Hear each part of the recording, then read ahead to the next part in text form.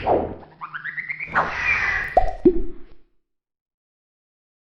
are going to go straight to the roundtable discussion now, and we have two moderators for that session. Now I'd like to invite Professor Dr. Sayeedur Rahman, Institute of Department of English Language, Institute of Modern Languages, University of Dhaka, and Professor A.M.M. Hamidul Rahman, the Dean, Faculty of Humanities and Social Sciences, Daffodil International University, to moderate the roundtable discussion. Sirs, over to you now. Yeah, Professor Hamidul Rahman will moderate. Sir, please. Okay, can you just say a few words by way of introduction then? Thank you, sir. Let me first announce the main theme of this roundtable discussions. Meanwhile, I can request to mute the microphone except for speakers. But there are a lot of sounds coming from the background. Okay, thank you so much. The main theme of the roundtable discussion is contextualizing research in challenging time, that we have been doing for last 2 days actually. And also let me announce the name of panelists. We have Dr. Richard Smith with us, Reader, University of Warwick, our keynote speaker. We have Professor Ravinder Gargash, at this moment President AsiaTEFL and the Head Department of English, Samarkand State University, Uzbekistan. We have Dr. Asifa Sultana, BRAC University. We have Dr. Tasnima Aktar, Comilla University. We have Mr. Hamidul Haque, Head of the Department of English, American International University. We have Dr. Golam Jamil, University of Bristol.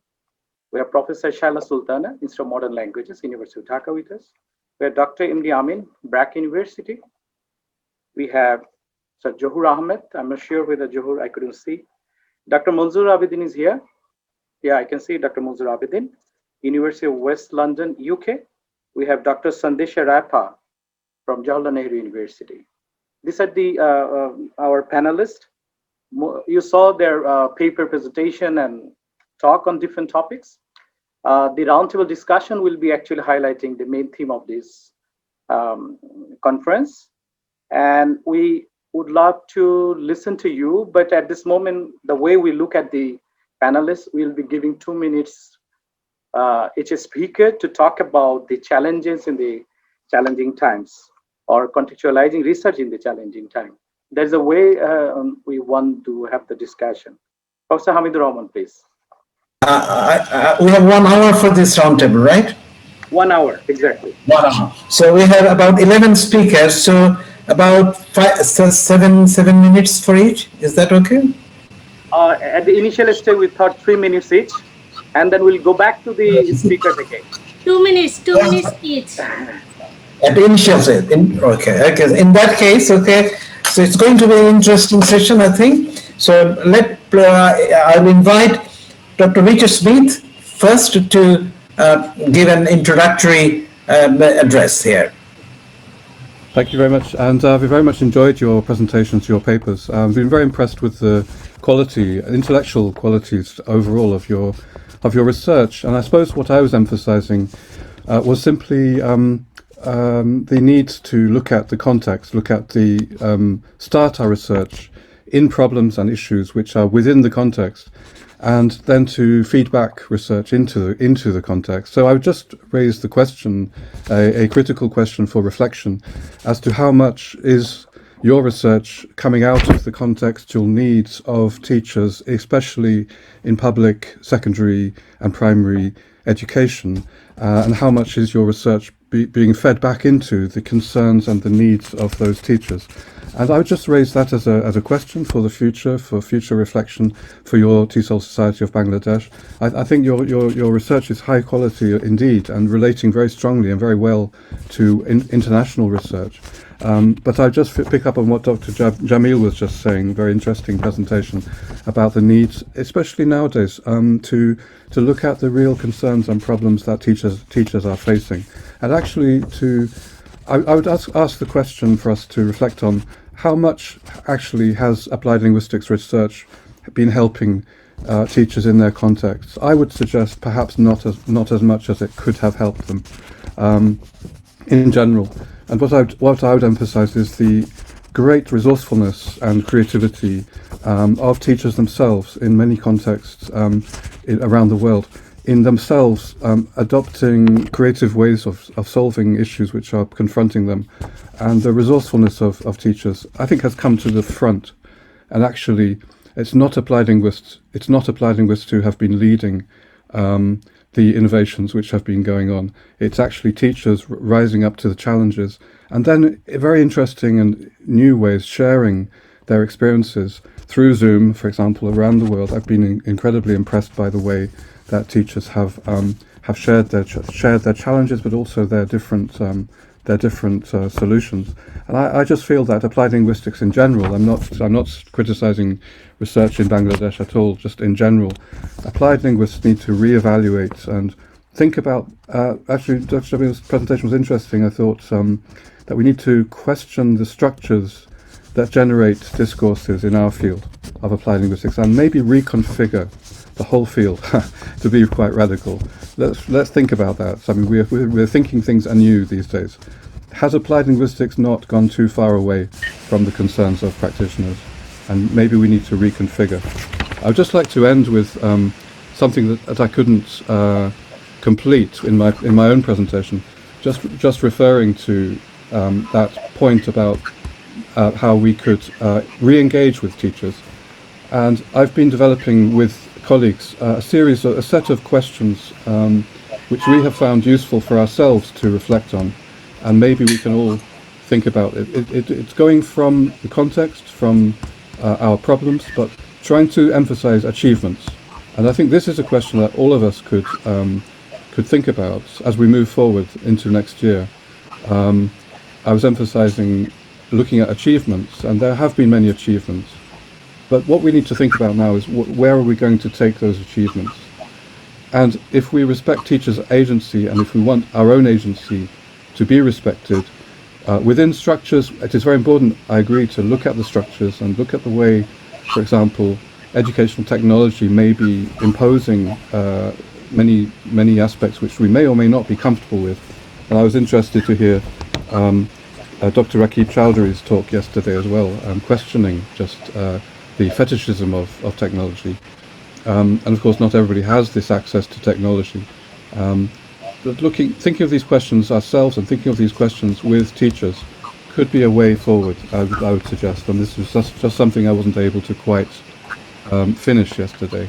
But I did share the links, and there was a presentation I'm giving in January about, we've been experimenting with this with teachers in India, and they found it very, very valuable to reflect on these issues and to maybe take it forward into some action research. So I would just finish there and say thank you very much again for inviting me to this very, very stimulating conference. Thank you, Dr. Smith. Thank you for your contribution, and looking forward to future research. We'll come back to you, if possible, at a later time during this discussion. I'll now invite Dr. Asifa Sultana of BRAC University to express her views on the topic of discussion. In your speech, you dealt with the literature review, and you can also add things to that if you want, but choose what you want to say.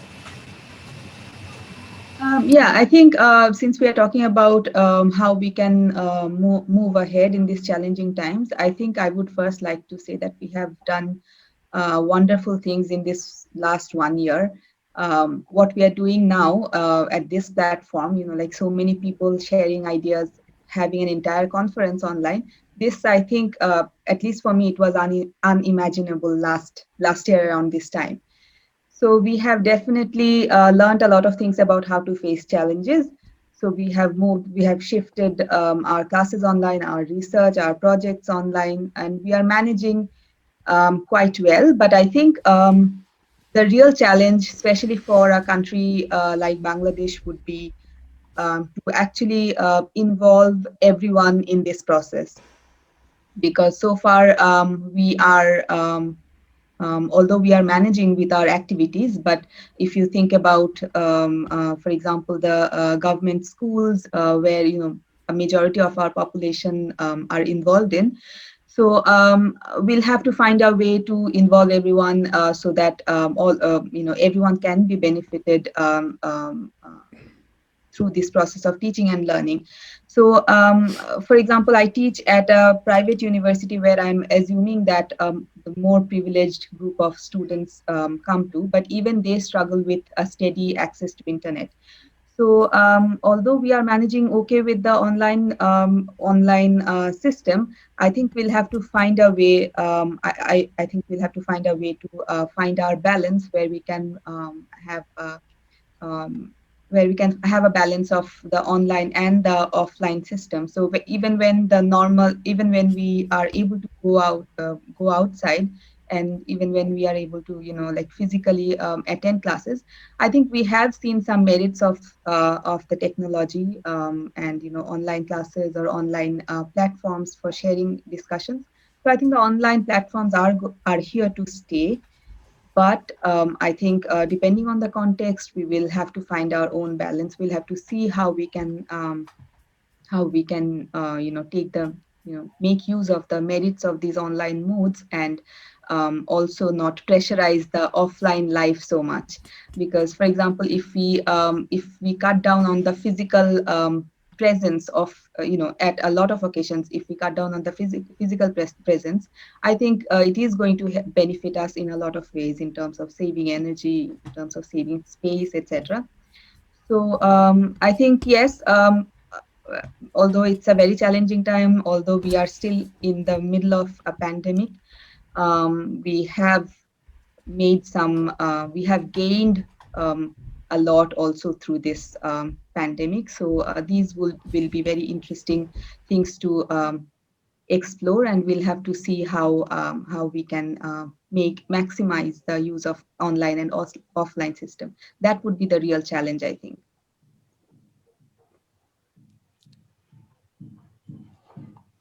Thank you. You have made a very good point. I mean, one of the things that some universities are doing, particularly the university I'm working at, we have created a blended learning center where all the materials, everything goes into that in the depository. And in future, we're already planning, even when the pandemic goes away, there will be both offline and online, a hybrid sort of thing. So that would be in the interest of the learners. They can go into the depository, then dig out things, view things, recorded lecture, things like that. Good point, I think. Let's now move to Dr. Tasnima Aktar, who is the convener of this conference, and would like to. Sorry. Sorry to. Will be actually next speaker, Dr. Ravinder Gargash. Oh, I see. Right. We're very happy to announce that Dr. Ravindra Gargash is here with us. So at this stage, I'll invite Dr. Ravindra Gargash to express his views about the topic of discussion today and in any point that he wants to make at this stage. Thank you.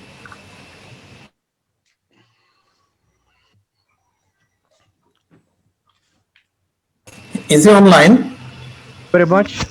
Thank you very much, Professor Hamidul Rahman. This is actually a very ticklish situation, and in Uzbekistan, I found it very, very complicated.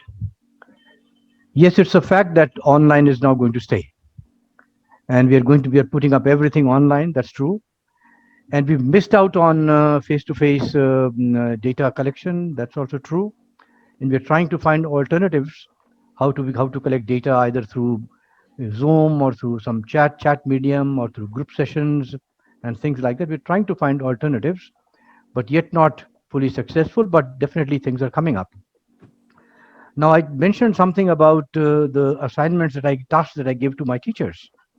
That is part of ongoing research. It just began a couple of months ago, and I conducted that kind of a workshop with them, online and partly offline, and give them some kind of a training, something like given to in-service teachers. And I've given them a lot of theoretical input. Now they're supposed to choose one lesson and write about it. And they're supposed to submit me somewhere in the middle of January. So what I told you in my talk was something that's ongoing. So once they submit their responses from one lesson in detail to all the theoretical issues, then begin the process of research. The feedback is going to come to us. and what emanates from there would go into the teaching practices. So we are trying to create something that we create from our own teaching experience, learning experience, and we try to convert it into some research, later on to more research. Some people have taken up even PhD thesis on that, or dissertation, topics on that, but others are still struggling, they're working. So it's an area of how to conduct research independently. That's what we're trying to do as far as language teaching is concerned in Uzbekistan, where things are not as good as Bangladesh, as good as India. They're still far more at a very elementary level. But things are moving, definitely moving towards ELT in a good way, in a sizable way. So a lot of people are interested, and once these feedbacks begin to come, I'm sure they'll be converted into further research areas, research topics, and this will go on.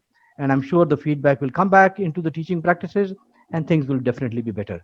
There is future, no doubt, despite all the problems that are there at present. Thank you.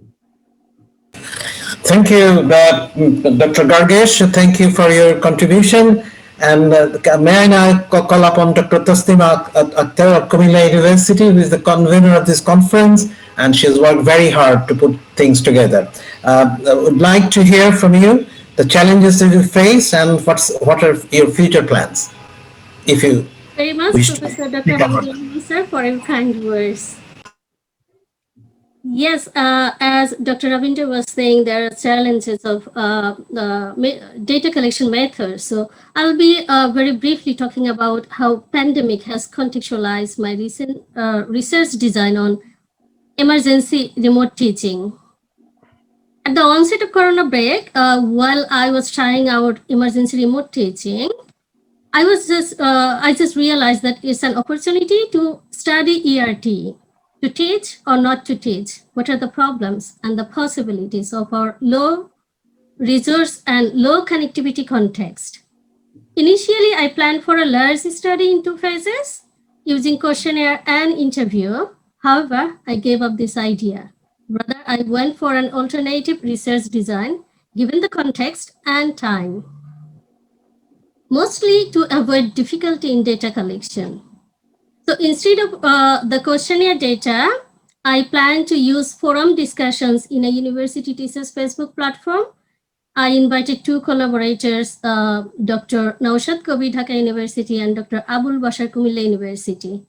This made a huge difference in my data analysis as well. While myself and Dr. Naushad doing thematic analysis subjectively, Dr. Bashar, being a teacher of computer science, he is using artificial intelligence in machine learning for an objective analysis of the same data for triangulation.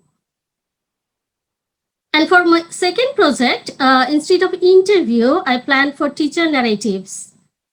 So the title is like Teacher Narratives from Virtual Classrooms, where the researchers are participants telling their own stories from their virtual classrooms. It made my work much easier. I didn't need to interview them or analyze their data. They're giving their own data, their own story in their own words in written form.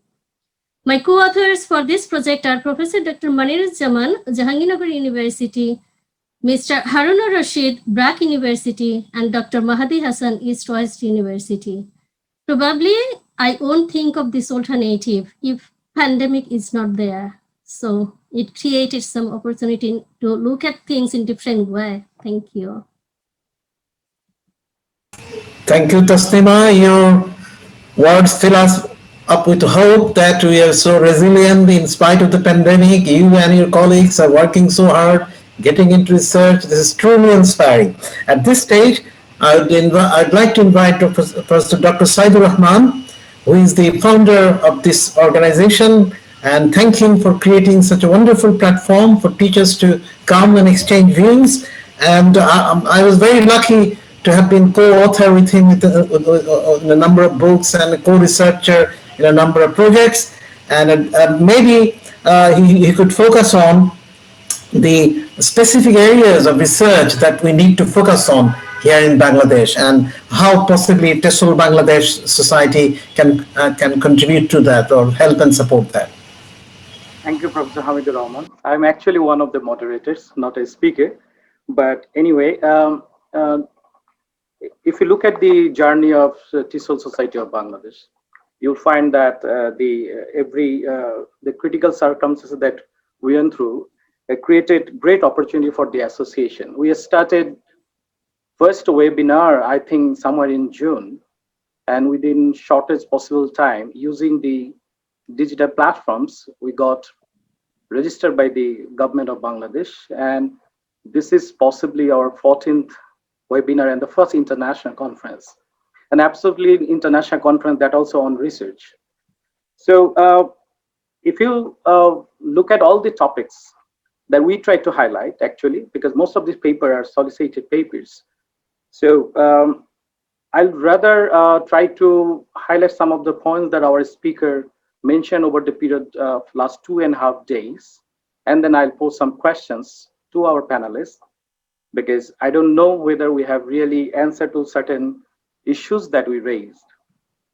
Our keynote speaker, Dr. Richard Smith, beautifully presented the entire situation, and his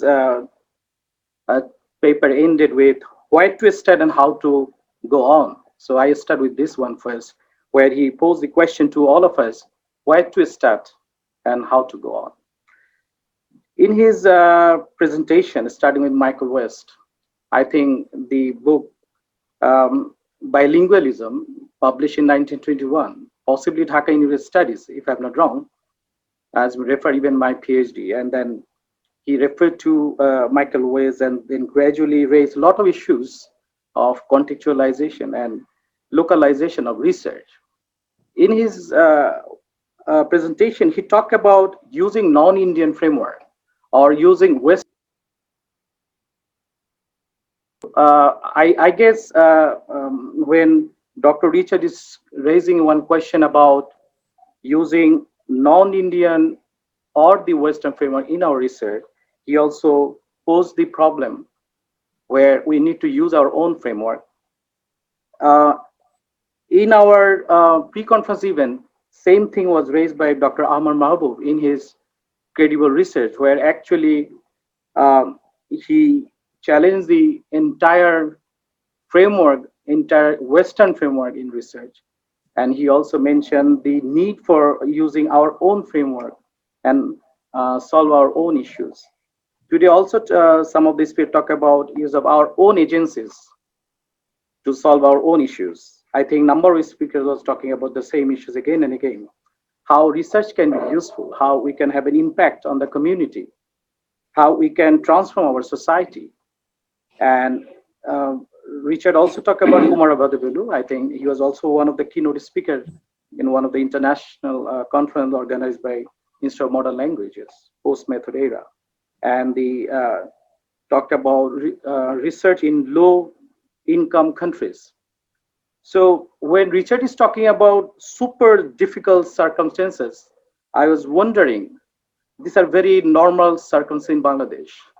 The kind of challenges Richard mentioned frequently during my own training session in Sylhet, Mymensingh, Rangpur, and other places, I thought these are very normal circumstances that we encounter in Bangladesh. So that is one of the perspectives where difficult, super difficult, contextualizing, and from our perspective, it's to me is very much normal circumstances.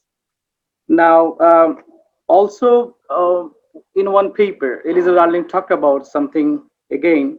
We have been working together with Elizabeth about use of Western ethical issues that we encounter. The paper that Elizabeth Arling wrote about our own experience, actually, we were the researcher, a Bangladesh researcher who collected data, and we faced serious issues about maintaining Western ethical issues or the guideline to conduct research in Bangladesh context. We gave an example, if you remember, where our participants invested time, and in return, they were looking for a token of appreciation because we were conducting research with rickshaw pullers, fishermen, and others. They were with us for ethnographic research that we did for 10 days. So we had to convince the Open University UK what is called token of appreciation in our culture and our context. and they really needed to accommodate the policy. They actually had to redesign the entire publishing policy because of one particular research that we conducted, sponsored by British Council. So Elizabeth Darling talked about these ethical issues. And today in number of issues, we talk about Dr. Jamil is talking about something very important, documenting the issues during COVID and the post-COVID. I think some people are talking about middle of pandemic. I'm not sure where we are in the middle or is a post-pandemic. It's very difficult to assume, but we also understand that we need to document all the things that we are doing, all the researches we are doing. Professor Ravinder Gargash mentioned about the difficulties of data collection during pandemic.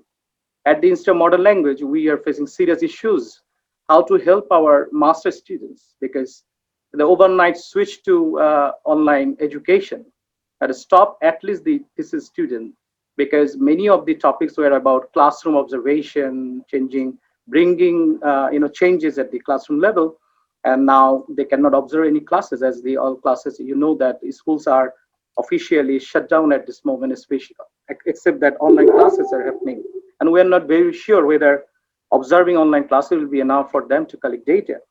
So looking at all these issues and our understanding from 2.5-day conference, I assume there are a number of issues and uncertainties raised by people, and we can actually really talk about it. I'm not sure to what extent we can solve it. In one of the seminar last month by British Council, one thing was very sure that the online education going to stay here, at least in different form. Maybe we call it hybrid. We are talking about a number of ways, like we have Daffodil International University here. They are already also thinking about physical plus online and to sustain. In public universities, we are really dying to go back to physical classes. I think the initial euphoria that we started somewhere in May with the Zooming or Zoom class, it was a wonderful experience for many of us. After 8 to 9 months, if you ask me, I don't think that we are enjoying it that much anymore. With all the innovation, all the webinar that we attended, how to make online class interactive, but we understand something human agent is missing, human touch, values, emotion, expressions are missing. I can't see my students, so most of them I tell them, you have to keep your camera on because most of the time when I'm giving lecture, it's like I'm sitting in a room and I'm talking to nobody, very existential crisis, and I don't know who. So I think that possibly it is a very common scenario that we are missing the physical setting. We are missing our students. We need to interact, talk to them, look at their expression and reciprocate, which is very important. So with that note, I'd rather ask the panelists to find out and give an answer to some of the issues that we have been talking over a period of almost 8 months, because my first experience with Sandesha Rayapa, the webinar that I attended was almost the same issues. I don't know whether Jawaharlal Nehru University could really come up with some solution to all these issues, because it was, I think 5 webinars they did, series of webinars. I attended most of it. And this is an idea that we also now holding this international conference. So with that note, I'll leave it to with our panelist, Professor Hamidul Rahman. Over to you. Thank you for your discussion of the challenges and the realities. And Asifa Tasnima mentioned about the need for research. I think teaching is not the only thing that the teachers have to do. Teachers also need to do research, action research, whatever it is, to understand their own way of teaching and how the students are learning. I think that is a very important thing. I invite at this stage our next discussion, Mr. Hamidul Haque, was also a long-time colleague and co-researcher, and I'm happy to invite him. And maybe he can, if he wishes, focus on online teaching and research at the tertiary level, particularly his institution, maybe. Thank you, sir. Can you hear me? Yes. Yeah, I think it's quite evident that in our country we live with uncertainties. We face uncertainties quite regularly, though pandemic is obviously a super difficult time, and obviously, I mean, we have been with this for last 8 months, let's say, and we are resilient. This is also I would like to mention, because if you look at our what to say, the kind of environment we live in, this is not surprising.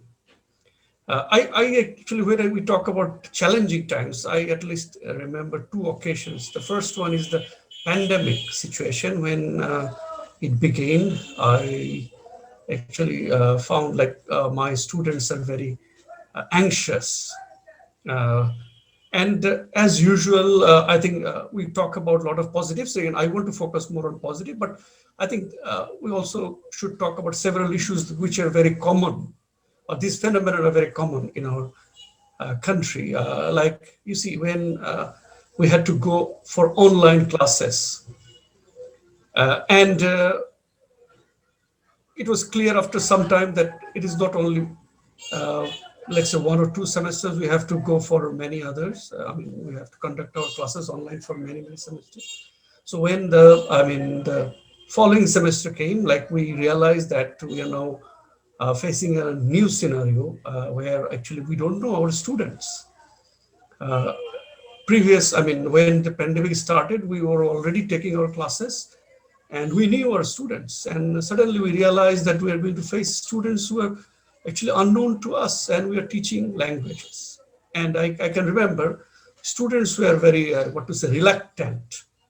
And one thing I want to focus is, you see, in such situation, what we observe nationally, the common thing is confusion. You see, there are a lot of confusion. We live with this uncertainties and confusions all the time. The UGC could not come with any policy, though actually my university, along with other private universities, actually wrote to UGC for guidelines, but it took a long, and we had to wait for 2 or 3 months to begin our semester. So that's the point. Point is that confusions are there. I mean, if you look at our crisis, and our response to crisis is quite late. Like there are confusions always, and many students, when initially they were very anxious. My student asked me, "Sir, what to do? What will happen?"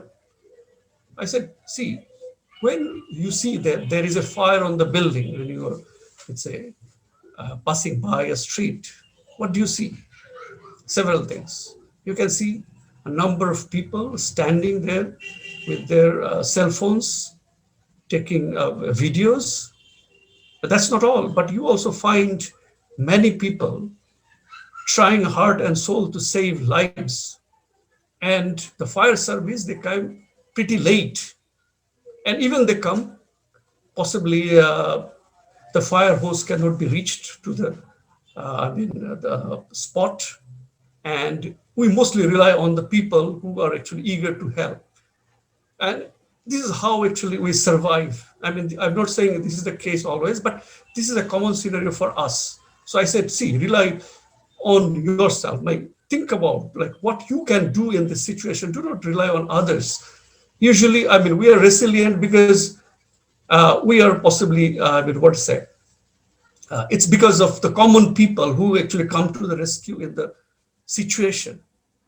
So actually, we are very much familiar with the challenging times, and I'll get back to this. And another occasion, another time I still remember is when I joined teaching in 2003, and private universities are not so established in the society; they were looked down upon. And when we entered the class, or we used to take the classes, we actually had to face a difficult situation, teaching English to the students of engineering, business, science. This is a reality that 99% of our students come from Bangla medium. So there is a transition, and this transition is never managed very well till date, I think. And we didn't know what to do, and we tried many things. I remember those days. Communicating in English in the classroom or outside the classroom during these days was not a reality. The student didn't know, I mean, the communicative norms. So you see, no help was available. And I think, I mean, TESOL Society of Bangladesh should be the platform where actually teachers with these common experiences can come together for a solution. We talk a lot about problems we face. We talk about uncertainties a lot. We do not focus on the solution. Yeah, is that true? Like Professor Kabilar also said that we begin with a theoretical framework and then we try to contextualize it. Yeah, but for our experiences, these local needs are never addressed. We always have a external theoretical solution, and which I guess in many cases miserably fail. So actually, this is my 17th year of teaching. So we have an approach called EAP. Even after so many years, we rely on Western approach, Western theories. I think already mentioned many times. Obviously, I mean, we can talk. We have seen Dr. Ahmad Mahbub. He talked about credible research, local. But thing is that we have a framework to begin with. Yeah, we have heard about a local framework, need for a local framework many times. But question is, again, where to begin? I think TESOL Society of Bangladesh can take an initiative to come up with something local in brand. Similarly, in the school, I think what happens in school is that we have a lot of training programs, very common. And these training programs are focused on the Western theoretical models like communicative language teaching and task-based language teaching. And end of the day, what happens? We fail to train our teachers. Only few teachers finally can be trained and who are actually able to implement this. And there are other constraints though. So these scenarios are common and we keep on talking about these problems, keep complaining. My question to the other researchers, my fellow researchers, is that actually when can we start or how we can start actually taking these local questions seriously. I mean, where actually we can address these local needs based on our, local models. Thank you very much.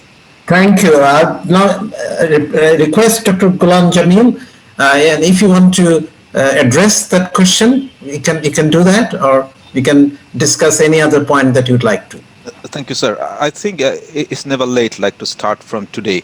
We can start thinking these issues from today, and this is a great platform. I think the conference is one of the, initiatives that also addresses this particular issue. If you allow me, can I talk about the decolonizing aspect or decolonization thing in the research and curricula? As Hamidul Haque sir said that we need to address the local aspect, local context in our research.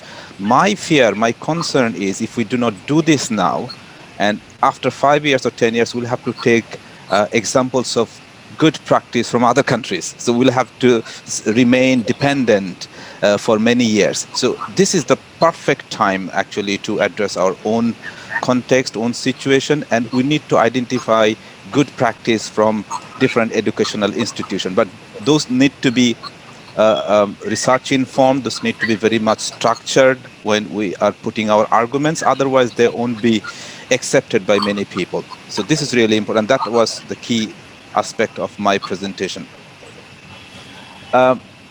It is also important to have this kind of findings, evidence accessible to different type of people. And that was also another aspect I said, that we the academics try to focus on credible research. We say credible, it means that in terms of publication, in terms of citation score, the Scopus indexing, this kind of thing. But we need to come out from that paradigm and periphery as well. We need to have proper access to general people.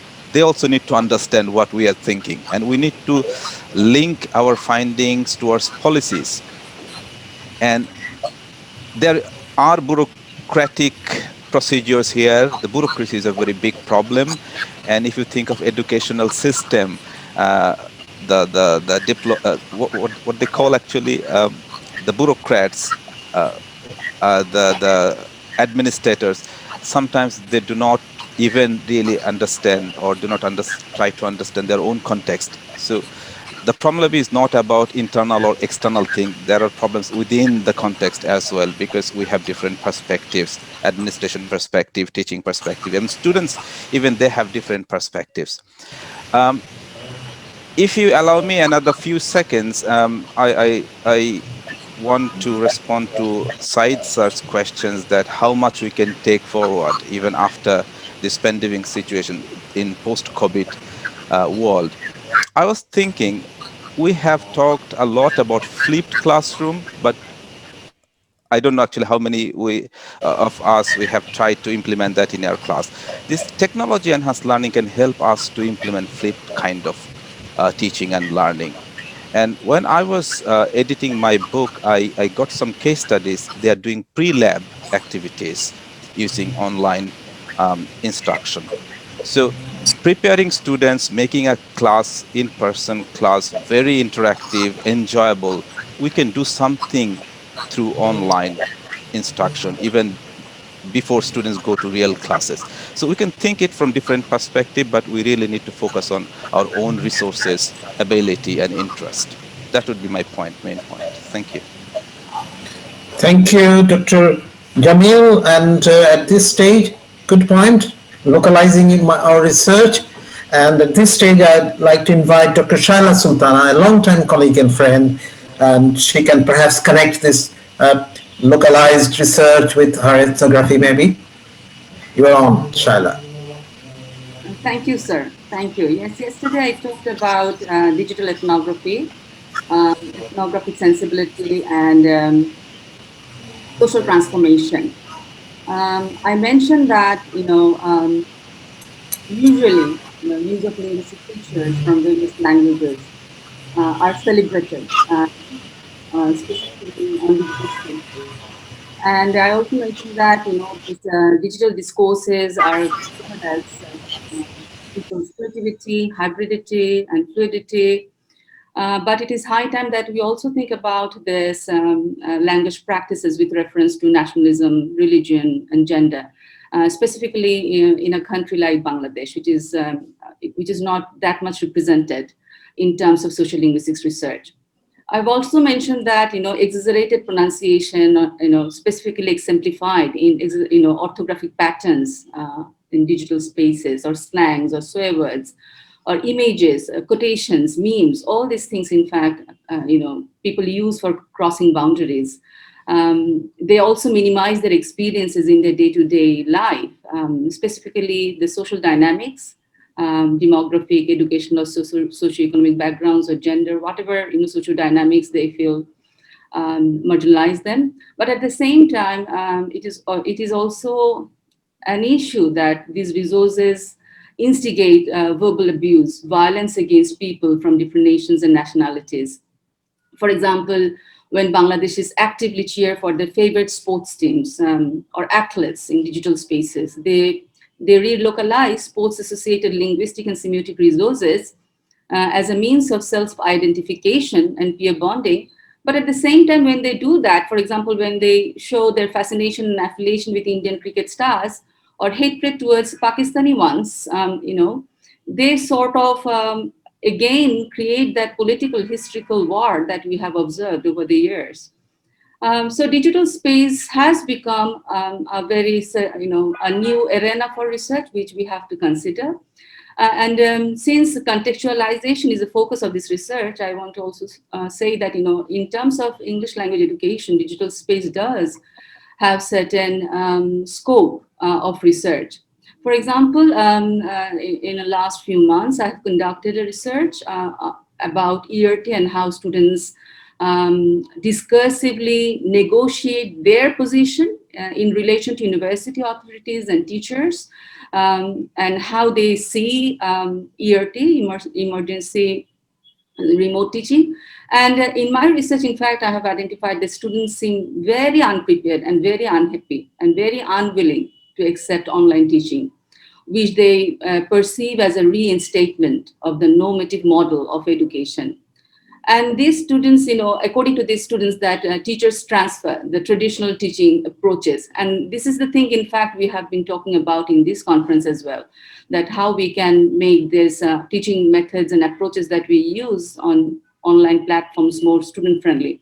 Students, in fact, have already noticed that as well, that we are not doing the job appropriately. In their digital discourses, they show that, they're very unhappy about the teaching methods.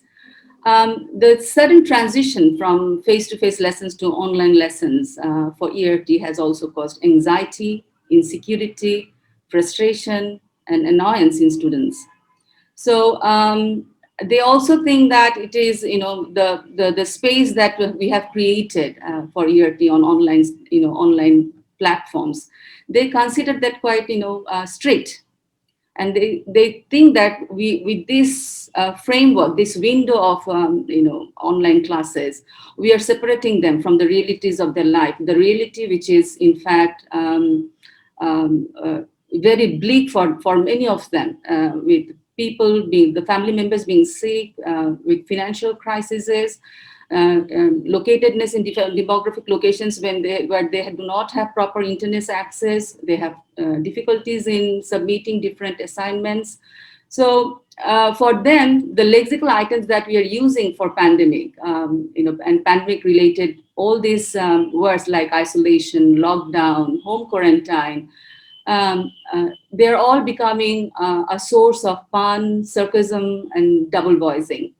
So we have to understand that whatever, with a very good intention of our heart, we are starting this ERT, we also have to look at ERT from their perspective. When sometimes we get so caught up with our own teaching, we forget to think about the students. So we also have to understand that when we are developing these sort of teaching methods, they are also creating sort of a resistance, and they express their subversion in digital spaces. And they also do not like the constant surveillance that we have in forms of, specifically during this COVID time, in forms of assessment, in forms of different presentations, in forms of attendance taking. So they also take a rigorous plan to counteract against all the hegemonic authority that we want to impose on them in forms of assessments, assignments, or attendance. So this is another part of the story, which in fact has come out through a research on digital space. So we will have to consider all these things, and perhaps we have to come up with more innovative intervention. And we have to consider certain preparatory stages for students, guardians, and for teachers and university authorities. So whatever innovative ideas we have in our mind for the students, perhaps the students are not considering them as positive intervention. So if you want to come up with intervention for students, we also have to think about how to prepare the students for all this positive intervention, because without the preparatory stages for students, all our effort will be foiled, will not work out. So my suggestion, to all of you and to me as well, we are working for the betterment of students' life, teaching and learning experiences of our students. It is also important that we also, we think about ways of preparing students for online teaching. We have started it, but we haven't prepared them for it. So that is my take, and that is my food for thought for this conference. Thank you, Shaila. Thank you, Shaila. I now invite Dr. Md Amin from BRAC University to pick up any point that you want to discuss, but please try to be brief because we are running out of time. Okay. Thank you, sir. Thank you for giving me the opportunity. I think the point that I wanted to make, all these points have been discussed throughout the conference. So I would like to highlight the importance of listening to the people, like who are directly involved in the field, such as teachers, students, administrators, and parents. And it is equally important to listen to their voice when an important decisions are being made. For example, understanding their hopes and challenges they experience can help policymakers to make informed and grounded decisions. Second point I would like to mention here is to listen to the good stories. I think that's something very important, that we listen to the good stories, good practices, and we document these things so that others can see these things. Of course, we cannot exclude the international practices. So we need to take those things, but the more important thing is to document those stories. And my final points that I would like to make here is to valuing our own researchers, like why the researchers will conduct research. Obviously, personal growth is one thing, but these also needs to be valued. For example, when a decision is being made, this should reflect, it should be a research-based things. And I think like the platform like this should come up in front to heart all these things. So these are the points I wanted to make. And finally, creating opportunities for researchers to carry out research, and especially for school teachers, carry out research, and creating opportunities for professional development by providing various incentives, for example, financial support, and also creating opportunities to collaborate with other things. I think like these are the things I wanted to make. And finally, I would like to say I thoroughly enjoyed all the presentations. And thank you, sir. Thank you, Dr. Amin. Maybe it's a good point. Maybe TESOL Bangladesh can showcase best practices in future.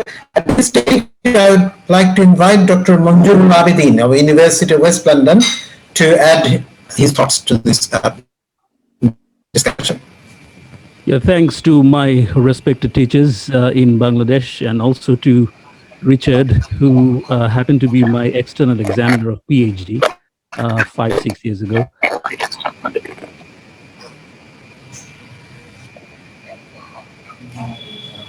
Please unmute. Yeah, thanks to my respected teachers and in Bangladesh, and to Richard Smith, who happened to be my external examiner of PhD 6 years ago. I'd just like to emphasize one particular area that I am personally interested in. It is called a knowledge mobilization, a term that I would now like to progressively call knowledge mobility. I'd like to link it with some of the things that I've heard today. First of all, I think the problem comes, I mean, we often say that we have a unique context, and we need local, the local color in order to create a model for us. But I think there's an advantage of having the knowledge mobilization here, that you bring in similar examples, you bring in similar models that are used in different parts of the world, and then you mix it up with the local contextual knowledge. So, which means that a bridge has to be built, rather than thinking that it won't work in our context because we are unique. It's not. It's more like a Venn diagram, I would say, that there will be some areas of commonality between different contexts. And that's where we need to be interested in, and to see that how some of the strategies taken in another country's context can be useful, let's say in Bangladesh's context. I'd just like to give you 2-3 examples, and I'd like to go back to schools for that, because I think we have heard more examples from higher education level. Here in England, for instance, schools are working together with the university in order to have more innovative solutions to the problems of COVID that they're facing. Some of the strategies that are working well include, for instance, one is called staggered opening, is meaning that you still have the social distancing rules applies, but you have different year groups coming in different weeks. And that's something that we can think about. I mean, it is better than, complete closure. Similarly, teachers are working hard to create online materials, but there is also other support system in order to support the well-being of the students. And I'm mainly talking about the primary and lower level secondary schools who are working here in England in that way. So class teachers will be phoning children in order to ensure the well-being of the, just to phone the children in order to have, some quick talk, some quick chit chat with the students, with the children, and ensuring the well-being, because that is a problem I think we have discussed, that how complete closure is detrimental to the well-being of students and particularly children. So just two examples. There could be many more examples that I can cite like this, which we can think about how we can use them in a slightly different way, perhaps, thinking about the context of Bangladesh, that how it can work well in the context. I mean, just copying wouldn't work, but, you need to change that. I'm in a unique situation in the sense that my work is divided between two completely contrasting universities. So I'm with Cambridge University, where it is the connection with the local community of that university is very loose and very low, and it is something, because of its global reputation, it doesn't really bother much about the community where it is housed. But I'm also with another relatively smaller university, but a much more community-driven university, and they have, both of them have two different types of strategies, in order to work with the schools and, giving them and sharing with them the research-informed solutions that together universities and school can think about in this extraordinary situation under COVID. And all of these examples, I think, will highlight the key point that I've started with, knowledge mobilization. And with that, I would like to end. Thank you, everybody. Thank you. Our last discussion is Dr. Sandesha Rayapa, and I request her to, if possible, try to sum up a few points, or maybe sort of what sort of takeaway we can take with us. All right. Hi. Thank you so much. So first of all, I am never ever going to thank the pandemic for letting me learn a lot of skills in this entire pandemic time. Let me make that clear. Because if I learned anything, I learned it because I needed to learn it to actually, get connected to my students and to my colleagues. And, Zoom was always there. It's not that because of the pandemic that, if people wanted to connect, if I wanted to be in Bangladesh right now and attend this TESOL conference live with all of you, then I would have done it. But because of the situation, we couldn't travel, and therefore we went into the virtual mode. So let's, kind of get these things clear. Because next year, if things go right, I'm sure all of us would prefer to actually meet face to face. So when people talk about online learning, we all had to get into the online learning. And I must tell you, kudos to the school teachers. I won't talk about Bangladesh, but I'll talk about my own country. I want to make this, I want to say it out loud and clear that I thank my children's, my two daughters' school teachers for the way that they quickly, kind of learned Zoom, learned MS Teams, Google Meet, and they kind of got into this thing. And that's when I thought, I teach in a government university. I teach in JNU. And initially, JNU didn't teach me the skills, the online skills to kind of, to my students. And I'm not talking only about JNU, I'm talking about all of the universities. Unless you're in a private university, generally nobody is going to teach you how to teach online. Let me also get that fact clear.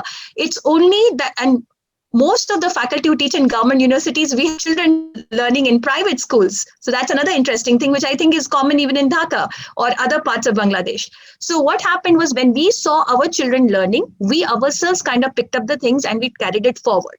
All right. So the entire month of April, I was trying to pick up on my own skills. I was attending every conference possible under the sun, be it a science conference, be it a language one, or anything which was not even in my area. I was just learning how to kind of, just get on board. And then you learn about the netiquettes, you learn about the safety, security aspects about Zoom and other things, which people are still trying to pick up right now. Then in the month of May, answering the question which Dr. Sayeedur Rahman just now said, he said he has attended a few of the VTOMs. VTOM was it was a virtual webinar wherein more than 2,000 faculty, mostly from our country, India, but apart from India, other parts of the world, who were joining in per VTOM series. So I would proudly say this, that approximately 8,000 faculty from around the world picked up a lot of skills through this particular VTOM series. All right. And now, after nearly 9 months, I would like to point out to all the students out there, because faculties, we all had our ways to pick up. But for all of you, the challenging times, don't give up. Adapt the situation. And we teachers, we have, through our English language teaching, we have actually used this as an opportunity to connect with our students and help them psychologically. Because in the ever since post-Diwali, the number of deaths have increased. And I am telling you, in one day, how do you feel as a teacher when you have 40 students and you have 3 students saying that they're upset because they've lost their grandparents in one day? So I can tell you that we had to, I didn't learn psychology that way, but I picked up on those skills. So before I leave, I just want to share this particular slide, which I did show it to you, but this is what I want to talk about, that please remember this in mind. If you have these skills, whether, it's something that you might have picked up, you might not have known, and if you don't know them, pick them up.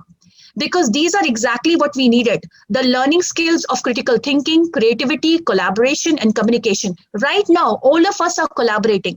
Literacy skills. People in their 60s were learning from each other. They were learning from their junior colleagues. They were learning from their grandchildren.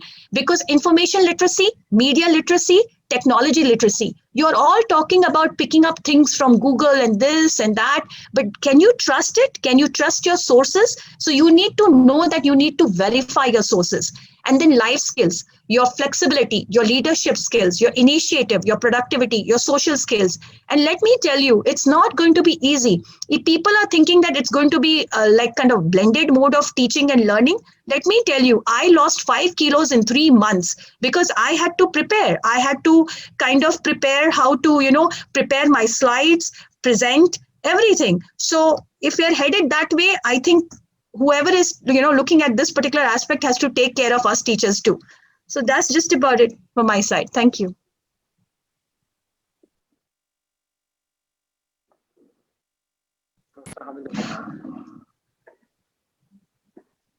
Sir, are you there? I think we have come to a roundtable discussion. So over to you, Sayeedur, to conclude, and then we can move on to the next session. Before concluding, we actually have a session for the audience. The audience will have 20 minutes to interact with the panelists and discuss these challenges of these challenging times. So over to the audience at this moment. If you have any questions, if you have anything to share with us, you may unmute your mic and ask our panelist or share. Please. Yes, anything you want to add, please go ahead. 20 minutes we have. Yes.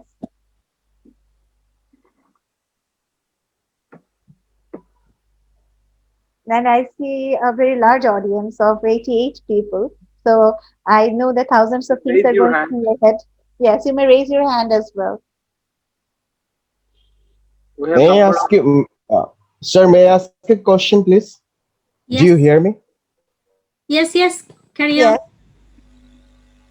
Okay. So he's my colleague. Yeah, my name is Arif Islam Lashkar. So good evening. My question is that what Hamidul Haque sir has said, and there is Jamil Bhai is here too. So yeah, so they rightly pointed out that we need to have the localization of knowledge and the contextualization that we really need to have in these days. So we have got our independence and it's for about 45 or 40 years ago, but so far, and I have been teaching for 11 years, sir. So I haven't seen that contextualization yet.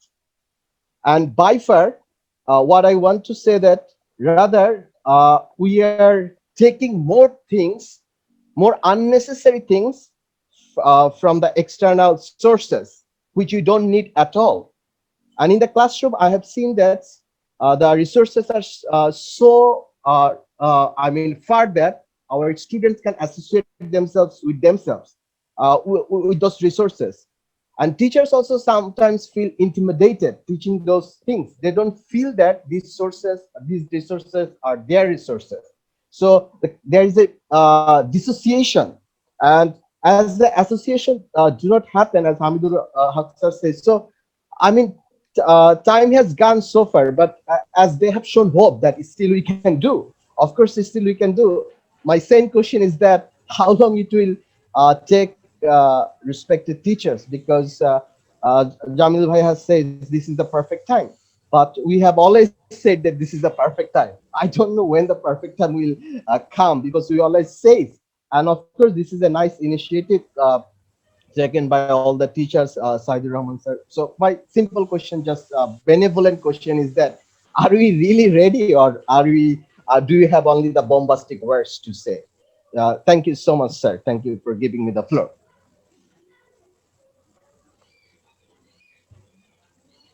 Can I reflect on that part? On Yes, Laskar. please. Yes, Yeah, yes. and Laskar, I don't know actually why I really want to see your video, like your face, and after many days. Thank you very much for raising very important point. Yes, I want to echo what I have said, that we need to promote the indigenous knowledge and the expertise. And as I said, that we can start from now, and I know that many people have already started, so that is the positive thing. And you can see good research output and evidence of good practice available online. And when you just talk to your colleagues, you will also find that they are trying to improvise, try to create something and implement in their classes. One thing that I still miss is a strong platform to publish our local knowledge or indigenous expertise. And we need to decentralize. I think the center is somewhere else, not in South Asia or Bangladesh, but we need to have our own kind of platforms. Because when we write something, we share with external body, even the reviewers, they do not sometimes understand our context. So we need to have our own platforms to share our expertise and research output. And even so, we need to have some kind of magazines, easy to read things. And I'm sure TESOL Society Bangladesh will take some initiatives in this regard. Sayeedur sir, anything to add? We are publishing a journal. Yeah. And we have our newsletter as well. Okay, I think, can I add? I think one is self-belief. We have a sort of, anything foreign is very good. I'm not criticizing them, but we need to believe in ourselves. And also it is important that whatever we do, it must be systematic and in a credible manner.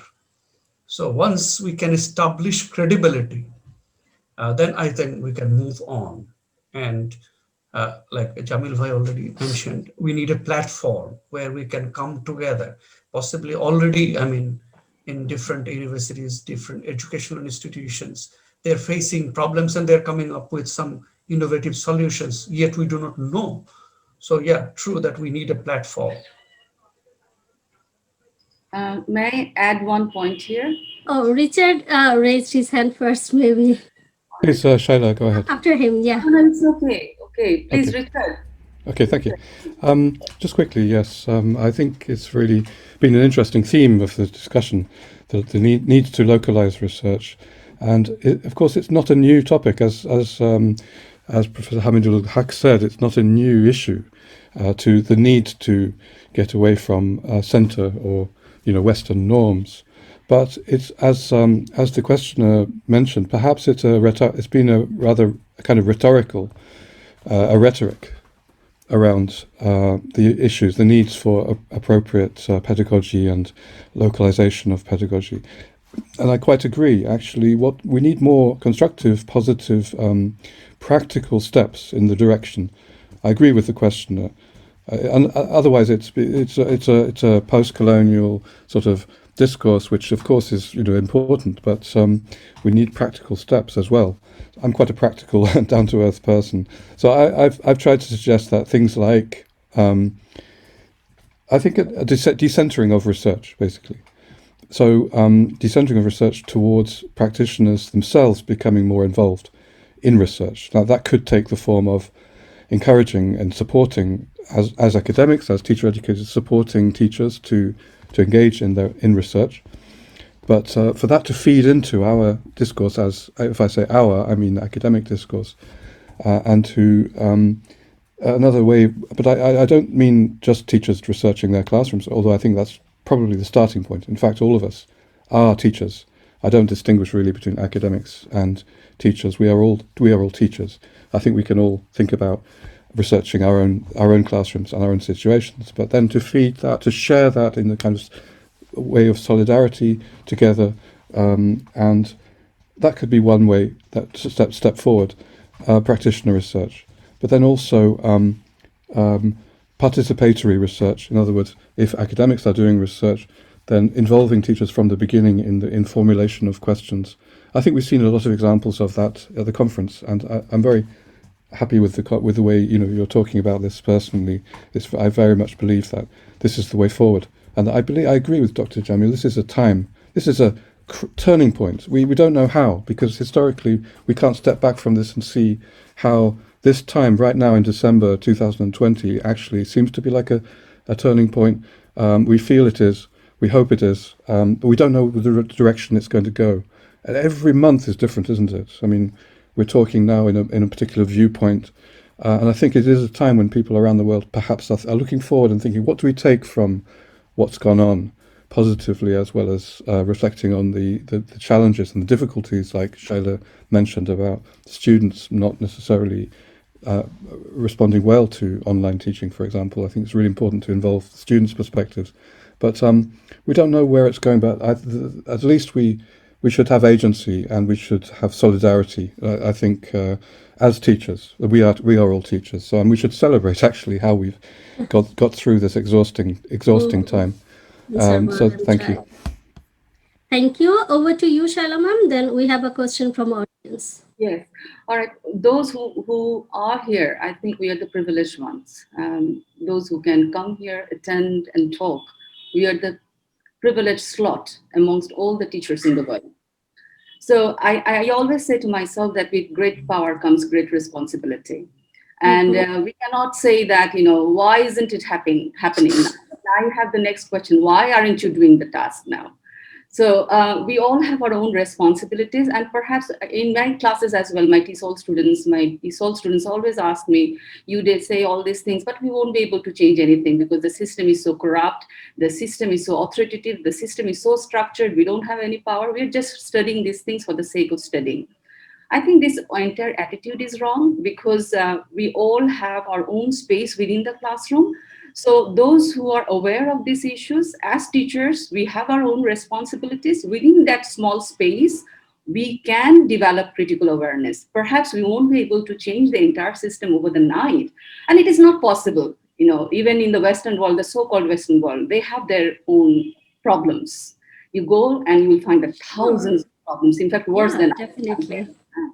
Within our own space, because we are the privileged one, we have foreign degrees, we have this critical, we know about this, coloniality, the words, all these words that even I cannot pronounce, coloniality, decoloniality, post-coloniality, all these things, now post-humanism, all this, we are aware of this. So it is our responsibility to have that pocket of our time within the classroom and have a constructive conversation with students. I think we will have to start with the students, and it has to be, from bottom up process, not a top down process. The authority will never change. That is another reality, because authority is capitalist. It's part of the capitalist society. It can't change its nature in one day. So we have to create that ripple effect from the classroom. So whosoever we are here, we have a certain responsibility. Whatever we have learned in these 2 days, we have to get back to the class and talk about these issues, in the language of the students, with the students. That is the way I at least think, and this is the way I function within my classroom. So that is my piece of thought. Perhaps it is not going to bring big changes to the system, but I think that I'm having my ripple effect. And I'm very positive about it. My students will take the next steps. I'm taking a small step. My students whom I am teaching will take the future steps. So this is my take. Yeah. Thank you very much. Thank you, ma'am. So we have an audience, that's Abu Siddiq. Yes, Abu Siddiq actually already asked his question in the chat box, and there is a very lively discussion also going on in the chat. Wow, we're enjoying actually. Yeah. Very So lively. the question, and Dr. Sandesha has partially already answered the question, but I'm reading it out. How can we motivate school teachers to continue their professional development during this pandemic? As a teacher educator, I need some way out and support my teachers. This is the question asked by Abu Siddiq. So if you would like to reflect on this question, or if you have any suggestions. Could I just continue on with the answer that I gave to Abu Siddiq in the chat box? What I was trying to tell him is from the personal experience that I've had over the last 9 months, wherein I have been, basically conducting as a speaker as well as an organizer, various kind of, programs, the way that TESOL Bangladesh is doing for faculties. And like how Dr. Smith said, I personally do not differentiate between a university faculty and a school teacher. But let me tell you, there are slight differences which I have learned over a period of time in the last few months, because the audience of the school teachers are different. They are young students. They're not young adults as compared to what we university faculty are, having in our classes. So this is one of the reasons why what I have found is, for example, I'm going to talk about Delhi. Delhi has an association for school teachers for English language. So I have been made a part of a group member, a WhatsApp member in that particular group. And it's very interesting to see that these teachers are taking classes from morning till afternoon and sometimes till evening. And then after a 1 hour break where they handle their housework and everything and their own children, and suddenly they're having this 1 hour, 2 hour Zoom session wherein they're again updating on their own skills. So when you are asking how do I, as a, when you're talking about it, I'm assuming you're talking about school teachers. So you need to form these kinds of groups. And I think that we need to be a bit considerate and maybe have them as in like twice in a week kind of sessions, wherein we can kind of focus on a particular skill. Initially, a lot of teachers, like exactly like how Shaila ma'am is talking about, we need to take the teachers and help them, because nothing is going to change. We have to work with the system. And if we need to work with the system, we have to help our colleagues also to work with the system. We need to help them to catch up where we are. There has to be something. Just because I know something, I can't be saying, oh, I know it. But if I know it, I need to be like the light that is sharing that knowledge. Because just in India and also other places, they all believe in the diya, the knowledge being shared along to light up other knowledge, right? So that's exactly the way I think we should go about, form our small little clusters, and those small groups will take it forward. So exactly like what Shaila ma'am was saying, our students will take it forward, and so will our colleagues. Thank you. Thank you, Sandesha. We can take just one more question from audience. We have it. What are the ethical issues that could come up in trying to highlight student realities of COVID-19 without putting a teacher's lens on it? Anybody want to address it? This is the last one, I think, because we're running out of time. Can you repeat the question? I couldn't get it. What are the ethical issues that could come up in trying to highlight student realities of COVID-19 without putting a teacher's lens on it? Research and dialogues with students. that many of us have been doing for the last few months. There is no alternate to that, having dialogues, having conversations with students. And as I have mentioned in my research, I have identified that all the solemn efforts taken by the teacher, university authorities, many of the students, in fact, do not see it in that way. They think that it is an imposition when they are psychologically traumatized by the realities of their life.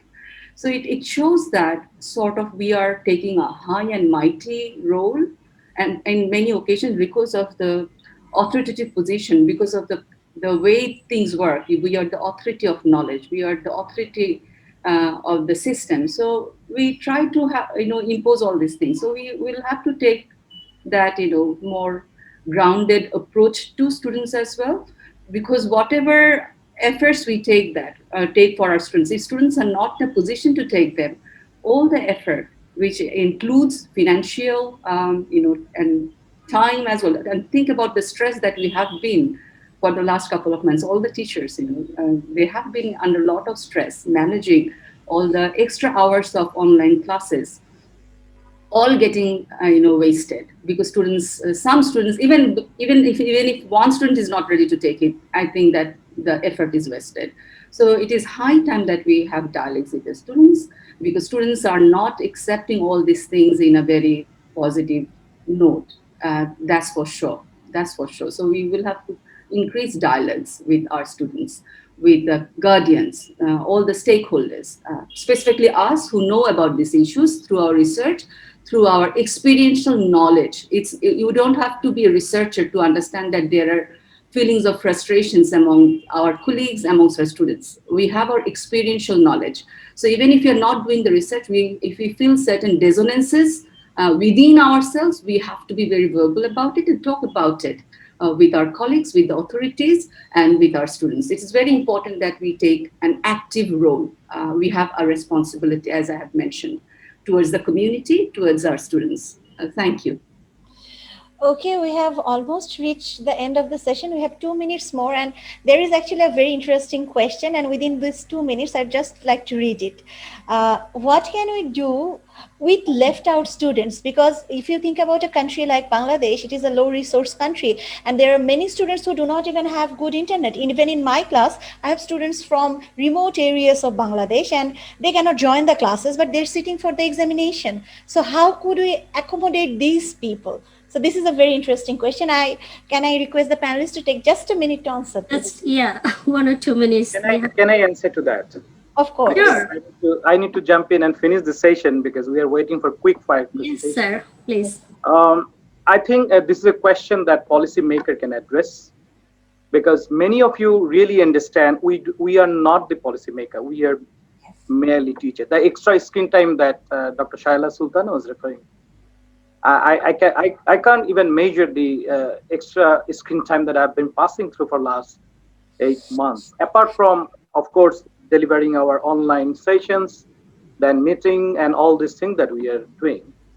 So if you ask my suggestion as a teacher, and then I'm sure that Dr. Shaila Sultana will agree, we are really sympathetic. And then the Sarmad questions about teachers' lenses, I love to tell that researchers always use participant lenses. We need to find what the ethnography that Dr. Shaila referred to, remember that we need to address participant emotion. It is not about our emotions.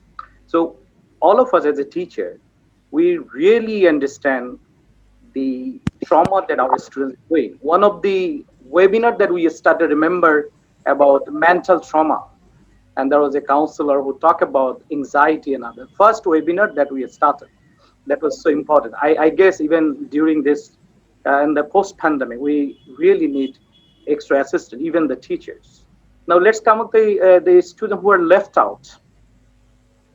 I guess there is no other solution other than addressing and helping them out and giving them extra assistance. I'm sure in a public university will be doing it. If they come back, do you think we're going to tell them you didn't appear the exam, so you're just left out? No, I don't think so. There are ways we can address it in public university. We always have, beautiful committees. We call it the spatial exam committees. So we can always have a spatial assistance and other things that we can do. Because in the private universities, you know that they're maintaining the academic calendar, which we failed in public university. But again, now if you think about Dhaka University, we already resumed for the next semester without going for the final examination. So it's just auto, what you call it, auto promotion or whatever. It's not promoted because the moment they come back, we are going to have exams. Very recently, we have decided for a physical examination with a lot of terms and conditions. You know that. We also know that there are a lot of hesitation going on. We are aware of it. Still, see, it is dictated by the policymakers, and we have to go for certain kind of policies. Of course, when we do that, we'll also keep in mind how to address the issues about left out students. When they come back, I'm sure we'll Can I ask? Extra class, examinations, makeup exam. I don't think it is really going to be difficult to address the issues. But I mean, it's only about exams. What about teaching and learning? Yeah, that's they can take the exams, but what about their classes? That is again the quintessential existential crisis that we are going through. If you ask me whether learning is happening, I don't know. Teaching is happening because I've been teaching online, and my number of students now almost dropped to 50%. I think out of 40, I get 20 students. I don't think we are focusing on the learning. Yeah, that's the problem. And I don't know, even in physical education, when we are face-to-face, did we really focus so much on the learning outcome? I don't know. That is another issue that we already talked about. It. Learning for as a learning of assessment, there are no number of debates that we also talked about in the last 2 days, of course. But I think the situation will be like this. If there are students in the remotest part of the country who could not really avail this, who didn't have access to internet or the device or whatever it is, or they were reluctant, unwilling, or traumatized, I'm sure we are going to address it very sympathetically. And then definitely in our department, our institute, we always do that. And I'm sure we'll be addressing their needs, their situation. Of course, we'll do that. I don't think they'll be left out. There will be, the dropout rate will increase certainly in schools. Definitely. Yes, sir. I guess the topic is so interesting, it can go on whole night, but we have a very exciting session next. I'll end with one sentence that, see, we are talking about difficult circumstances. We talk about uncertainties. So if you ask me or my department, Dr. Shaila, we'll not be able to answer certain questions that you're raising. For example, we are supposed to start examination after 25th or 26th of this month. We are not prepared actually. So we got instruction, and then now we'll decide on number issues. But definitely, we are the, we are the guardian. We are whatever you want to say. We'll be going through all. We are well informed about the issues. Our students kept on telling their issues, sharing their ideas, and during the COVID, we kept on giving their financial assistance also to some extent. Many of the students were in a serious crisis, and then we actually tried to help them financially. So we didn't ask the policymakers when we supported our students. I'm sure in future also we'll be doing that. And of course, that should be true about all public universities, I guess. And I don't know much about private universities, but in the public universities, definitely each student will get that attention. I'm sure we are going to address that. Thank you so much, sir. And yes, I guess sympathy is the only answer at this moment for each other and also for the students. And also and empathy as well. Yes, sir.